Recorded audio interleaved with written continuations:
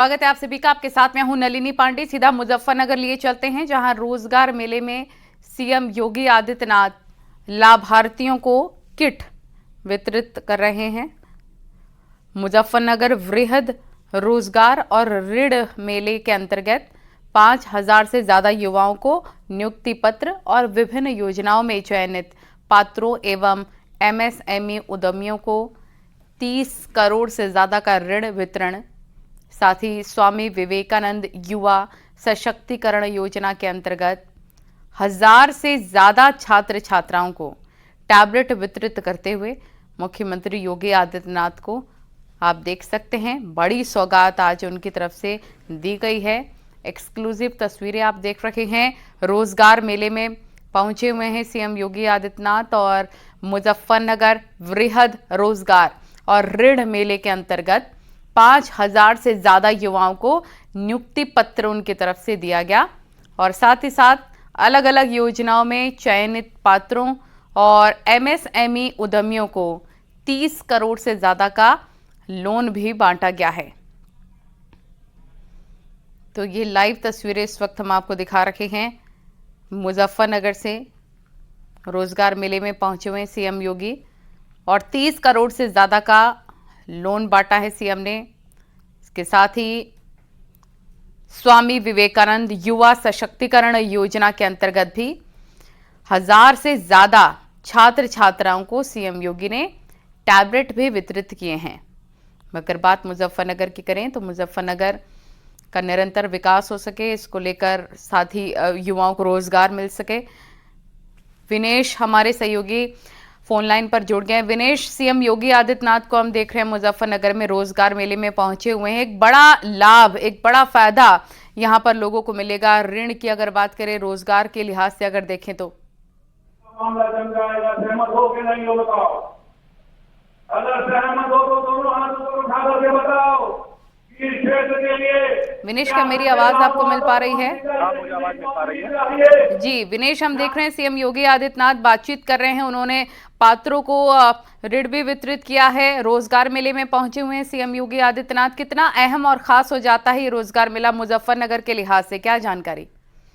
देखिए, मुजफ्फरनगर में ये बेहद खास इसलिए भी हो जाता है क्योंकि कुछ दिनों बाद अभी मुजफ्फरनगर की जो मीरापुर विधानसभा है वहाँ पर उपचुनाव होना है और उस उपचुनाव की दृष्टि से देखते हुए भी बेहद खास हो जाता है। और इसी मीरापुर विधानसभा क्षेत्र में जहाँ की तहसील चांदपेट में ये पूरा कार्यक्रम आयोजित किया गया है। वृहद रोजगार मेला नियुक्ति पत्र वितरण समारोह आयोजित किया गया है और जिसमें कई दूर दराज की कंपनियां जो यहाँ पहुंची हैं, जो बेरोजगार जो युवा है उनको रोजगार देने का काम करेगी। और साथ ही साथ यहाँ पर एक बड़े समारोह का भी आयोजन किया गया है जहाँ पर योगी आदित्यनाथ जो है कार्यकर्ताओं और यहाँ की स्थानीय जनता को संबोधित करेंगे। तो मुख्य रूप से माना जा रहा है कि मीरापुर जो उपचुनाव आगामी समय पर होगा, ये उसका आगाज के रूप में भी इसको देखा जा रहा है कि मुख्यमंत्री आज यहाँ पर जनता को साधने का, वोट बैंक को साधने का प्रयास करेंगे इस क्षेत्र की। और ये भी देखा जा रहा है कि आगामी जो उपचुनाव होगा उसका ये आगाज आज मुख्यमंत्री इस कार्यक्रम के तहत करने जा रहे हैं।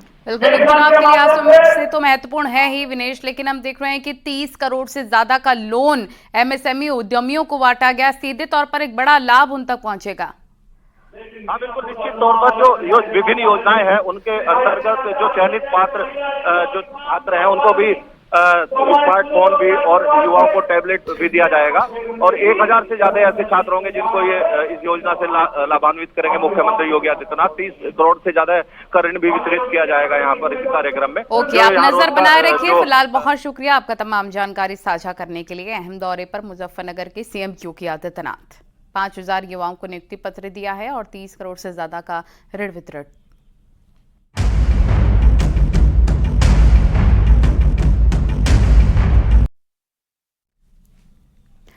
आगे बढ़ते हैं। अयोध्या में गैंग रेप के आरोपी एसपी नेता मोहित खान के शॉपिंग कॉम्प्लेक्स पर बुलडोजर एक्शन लगातार दोपहर से ही जारी है। और आपको बता दें कि शॉपिंग कॉम्प्लेक्स को 3 बुलडोजर की मदद से जमींदोज किया गया है। 1/3 हिस्सा जमींदोज किया जा चुका है। नाबालिग से रेप के आरोप मोहित खान पर लगे। अतिक्रमण कर ये कॉम्प्लेक्स बनाया था मोहित खान ने। सरकारी जमीन पर कब्जा करके शॉपिंग कॉम्प्लेक्स बनाया गया था और इससे पहले मोहित की बेकरी पर भी बुलडोजर चला था। फिलहाल मौजूदा वक्त में मोहित जेल में बंद है। पीड़ित नाबालिग का मेडिकल और डीएनए कराया जा चुका है। पीड़ित नाबालिग का गर्भपात भी करा दिया गया था। वहीं तमाम सियासी दलों की तरफ से उठी मांग के बाद मोईद और उसके साथी का भी डीएनए टेस्ट कराया गया है।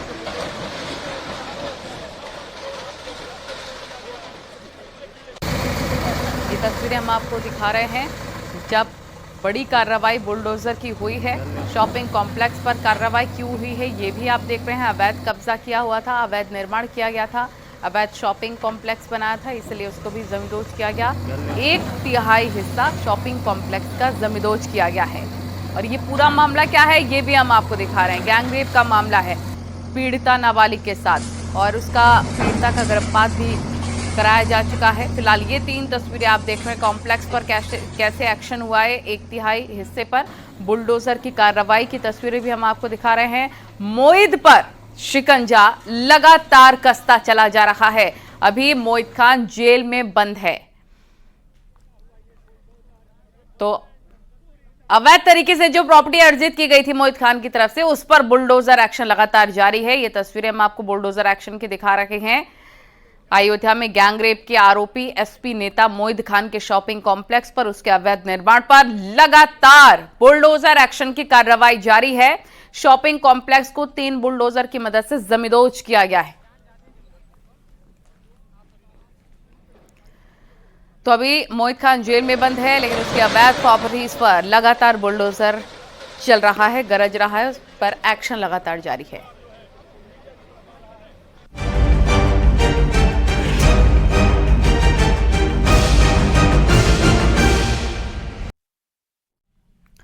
और कन्नौज रेप कांड में बुलडोजर एक्शन भी शुरू हो गया है। नवाब सिंह यादव के करीबी के यहां पर बुलडोजर एक्शन की कार्रवाई हुई है। कोल्ड स्टोरेज की बाउंड्री वॉल को बुलडोजर चलाकर तोड़ा गया है और बताया जा रहा है कि ठडिया थाना क्षेत्र के पलटेपुरवा गांव में ये कार्रवाई हुई है। नवाब यादव के करीबी ने सरकारी जमीन पर बाउंड्री वॉल बनाई थी, जिसे तोड़ा जा रहा है। कोल्ड स्टोरेज की बाउंड्री वॉल पर जबरदस्त तरीके से कार्रवाई, सरकारी जमीन पर दीवार बनाई गई थी। इस समय हम खड़े हैं बांके बिहारी कोल्ड स्टोरेज, जो कि नवाब सिंह के करीबी अरविंद यादव का बताया जा रहा है। और आप मेरे ठीक पीछे देख सकते हैं कि प्रशासन जो है बुलडोजर की कार्रवाई कर रहा है, बाउंड्री वाल गिराई जा रही। बताया जा रहा है कि पुलिस जो है, प्रशासन को सूचना मिली थी कि यह जो बचत की जमीन है, उस बचत की जमीन में यह बाउंड्री वाल का निर्माण कराया गया था, जो कि कोल्ड स्टोरेज के चारों तरफ है बाउंड्री वाल। और इस बाउंड्री वाल के अंदर जो है वो कोल्ड स्टोरेज बना हुआ था। और आप देख सकते हैं कि ये बुलडोजर की कार्रवाई प्रशासन बराबर कर रहा है।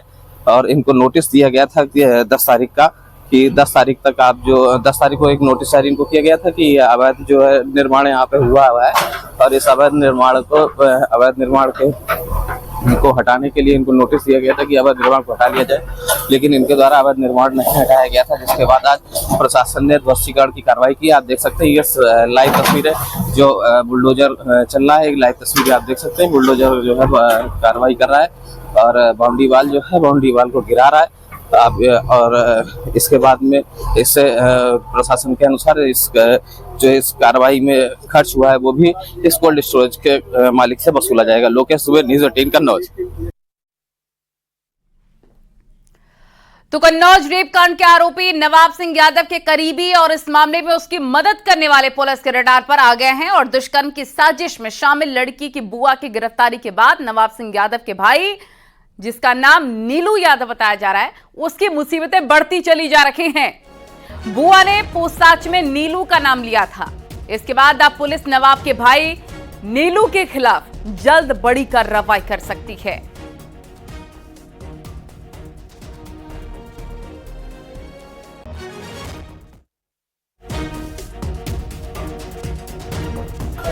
नवाब सिंह कांड में एक और मोड़ आया है। पुलिस पूछताछ में बुआ सिंह की गिरफ्तारी के बाद में पुलिस पूछताछ में सामने आया है कि नवाब सिंह के एक भाई जो हैं, उन्होंने बयान बदलवाने के लिए बुआ को रुपए ऑफर किए थे। फिलहाल उस भाई के पुलिस जो है वो तलाश कर रही है। जल्द ही उसकी भी गिरफ्तारी होने की संभावना है। लोकेश दुबे, न्यूज़ 18 कन्नौज। तो अयोध्या और कन्नौज में हुए बुलडोजर एक्शन पर बीजेपी प्रवक्ता संजय चौधरी का बड़ा बयान सामने आया है। संजय चौधरी ने कहा है कि हमारी सरकार की नीति बिल्कुल स्पष्ट है, जो ऐसे घिनौने काम करेगा उसके खिलाफ कार्रवाई में समय नहीं लगेगा।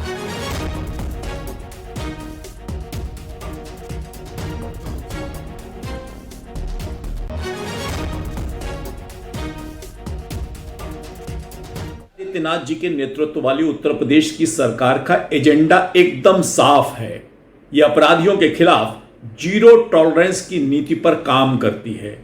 अपराधी हो या माफिया, अत्याचारी हो या बलात्कारी, ऐसे सारे अपराधियों के खिलाफ उत्तर प्रदेश की सरकार उनको नेस्त नाबूद करने के प्रण के साथ लगातार काम कर रही है। और हम देख रहे हैं कि अयोध्या में जिस अत्याचारी और बलात्कारी ने एक पिछड़े वर्ग की बालिका के साथ अपराध किया था, उसके खिलाफ भी बुलडोजर का एक्शन शुरू हो गया है और यह आगे भी जारी रहेगा।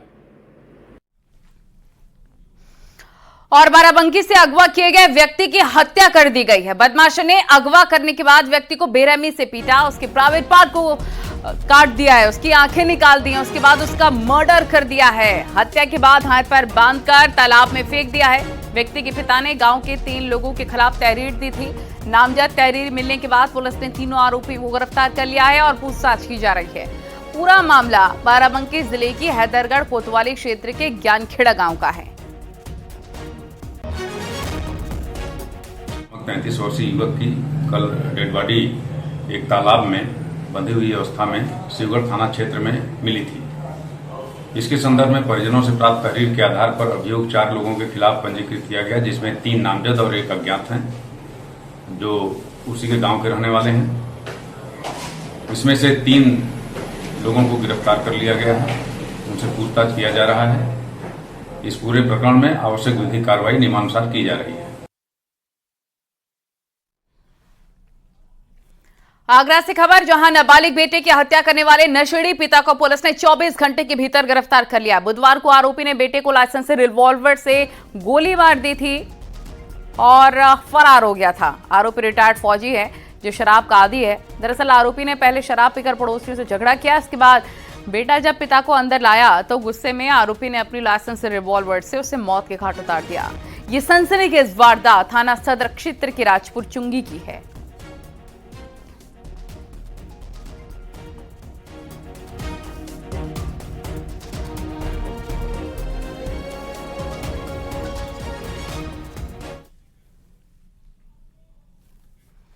और नोएडा में साइबर अपराधी नोएडा पुलिस डेटा चोरी कर रहे हैं। थाने में दर्ज एफआईआर का डेटा हासिल कर आरोपियों और पीड़ितों को कॉल कर रहे हैं।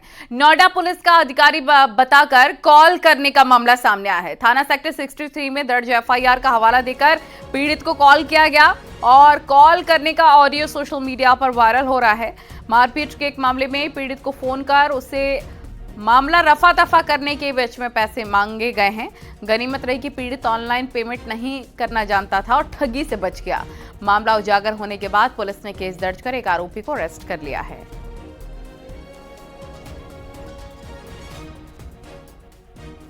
तो आप अपने ऑनलाइन पेमेंट कर सकते हो, तुरंत यहाँ से गाड़ी निकाल दिया जाएगा। ठीक है सर, हम ऑनलाइन नहीं कर पाएंगे पेमेंट। सर हमारे पास अभी पैसा है नहीं, हम कहीं से जुगाड़ करेंगे पैसा की, जब हम और पेमेंट कर पाएंगे। कितना तक के भी प्रेजेंट में मैनेज हो सकता है? नहीं, 1 भी रुपया नहीं है हमारे पास। ठीक है, तो उसमें आपकी फाइल पर कोई कार्रवाई या सुनवाई नहीं हो रही। ठीक है, अच्छा जी। एसपी बोल रहा हूँ, जिला कलेक्टर बोल रहा हूँ। ठीक है सर। साइबर ठगी का एक नया मामला सामने आया और साथ ही चौंकाने वाला मामला सामने आया। दरअसल में नोएडा में सेक्टर 63 थाने में एक मुकदमा दर्ज हुआ था और साइबर ठग हाथ वो बातचीत की और खुद को एसपी कार्यालय से बताया। लिहाजा उसके बाद इस पूरे प्रकरण में कार्रवाई के लिए पैसे की डिमांड की। ऑनलाइन एफआईआर भेजने के साथ एक क्यूआर कोड भेजा जाता है और उससे 3000 रुपए मांगे जा रहे थे। वो 3000 रुपए गिरफ्तारी और गिरफ्तारी का वारंट निकालने के एवज में मांगे गए। इस पूरे प्रकरण में पीड़ित ने मोबाइल में ऑडियो रिकॉर्ड किया और जब वो ऑडियो वायरल हुआ तो पुलिस ने संज्ञान लेते हुए इस पूरे प्रकरण में मुकदमा दर्ज कर लिया है। आपको बता दें, मुकदमा दर्ज करने के बाद पुलिस ने टेक्निकल और मैनुअल सर्विलांस की मदद से उस आदमी की पहचान भी कर ली, साथ ही उसे गिरफ्तार कर लिया गया है। इस पूरे प्रकरण में जो नई चीज निकल के आई वो ये कि साइबर ठग लगातार पार्सल के, ड्रग्स के, फेसबुक लाइक और कमेंट्स के इस तरीके के लोगों को जाल में फंसाते थे, लेकिन अब ये नया मामला सामने आया। पुलिस की साइट से इस तरीके का डेटा निकाला जाता है और फिर पीड़ित से संपर्क किया जाता है और कार्रवाई के एवज में पैसे मांगे जाते हैं। वो व्यक्ति खुद को कभी कलेक्टर बता रहा था तो कभी एसपी ऑफिस से खुद को एसपी बता रहा था। इस पूरे प्रकरण में अब गिरफ्तारी कर ली गई है। जल्द ही पुलिस प्रेस कॉन्फ्रेंस भी करेगी। कैमरामैन मुनमुन के साथ हिमांशु शुक्ला, न्यूज़ 18 नोएडा। और मथुरा के गोवर्धन थाना इलाके में दोस्त के जन्मदिन पार्टी में गए लड़की की हत्या का मामला सामने आया। पुलिस ने शव को कब्जे में लेकर पोस्टमार्टम के लिए भिजवा दिया है। परिजनों ने मृतक के 4 दोस्तों पर हत्या का आरोप लगाया। परिजनों के मुताबिक जन्मदिन पार्टी के दौरान विनोद के साथ राजेश, कान्हा और करतार ने मारपीट की थी। विनोद के सिर में गंभीर चोट आई थी, जिसके बाद उसकी मौत हो गई। 4 लोगों ने मारपीट की, उसमें खर्जी मारी है। तो वो मेरा चाचा का लड़का गुजर गया। रात को मथुरा भी ले गए थे दिखाने के लिए।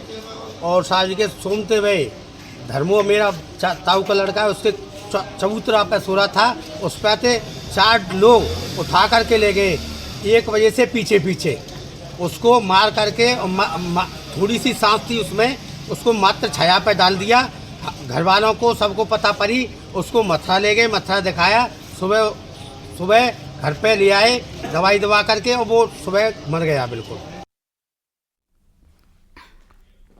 और पीलीभीत के बीसलपुर रेलवे स्टेशन पर ट्रेन की चपेट में आने से एक महिला की मौत हो गई है। दरअसल ट्रेन चल रही थी, महिला अचानक ट्रेन के पीछे दौड़ने लग गई, तभी उसका पैर फिसल गया और ट्रेन के नीचे वो आ गई। महिला का सिर धड़ से अलग हो गया, जिसके बाद ट्रेन को रोका गया। ट्रेन करीब 15 मिनट की देरी से रवाना की गई।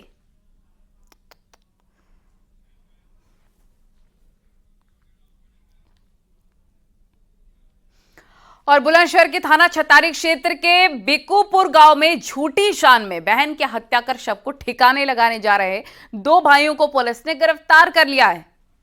बताया जा रहा है कि हत्या के बाद शव को बोरी में रखकर बाइक से काली नदी में फेंकने जा रहे थे, तभी पुलिस को शक हुआ और बाइक रोककर पूछताछ की। चेकिंग के दौरान शव बरामद हुआ। दोनों भाइयों को हिरासत में लेकर पूछताछ की गई तो प्रेम प्रसंग से नाराज होकर हत्या की बात कबूली है। पुलिस ने दोनों आरोपी भाइयों को गिरफ्तार कर लिया है और जेल भेज दिया है। पूछताछ की गई तो उनके द्वारा ये बताया गया कि इनमें से एक के साले से इनकी बहन के प्रेम संबंध हो गए थे और इस बात से ये लोग नाराज थे, जिसके क्रम में इनके द्वारा गला आकर के तत्परता से इनको चेक किया गया और गिरफ्तार किया गया। इनके विरुद्ध संगत धाराओं में मुकदमा पंजीकृत किया जा रहा है।